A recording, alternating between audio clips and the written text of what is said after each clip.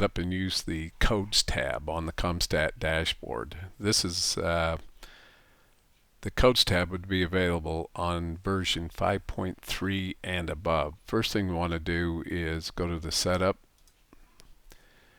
go down to code settings, come in here, and you'll see the three codes that we can track. So if you have codes in these locations on the law incident report, you can create a dashboard based on those codes. We have the circumstances, the method of operandi, the disposition codes.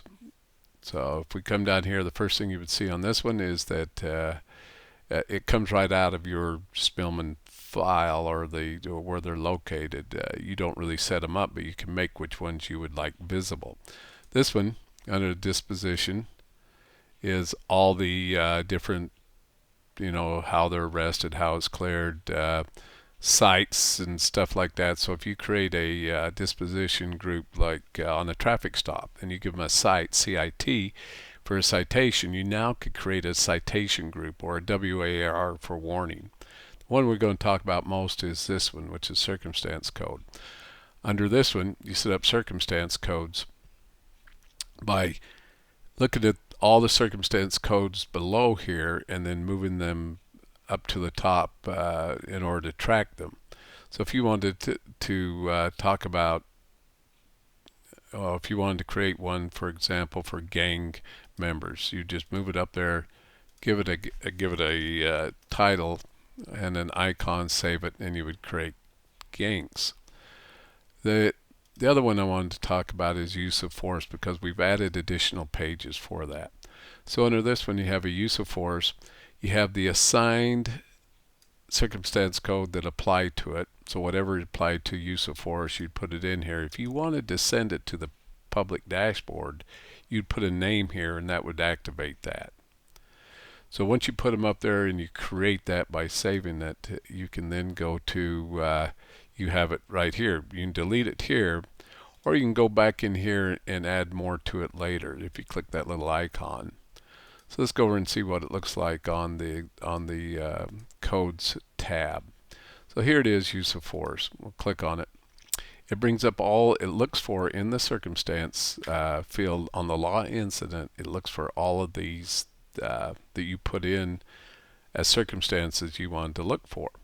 You have the same amount of date ranges. You have here or locations, so you can create it for different locations, whatever you have in locations.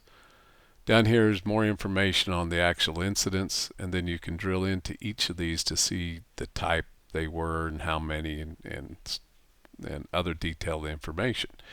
This tab here will show you a use of force ring here. What it does is takes all the incidents that we did not disqualify on the setup and totals them all up, and then it gives you a total of how many were use of force. So 90.09% of the cases in this had no use of force. 1.91% had motor vehicle, other use of force, 1.96%, and these would be high. As you drill down, you have category comparisons, and then you have, if you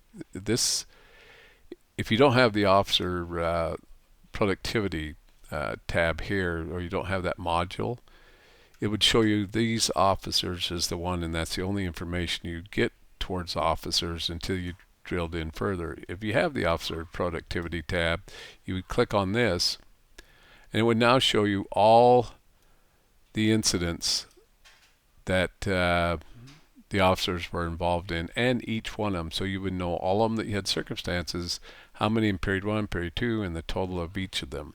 And from here you could drill into them and look at them closer.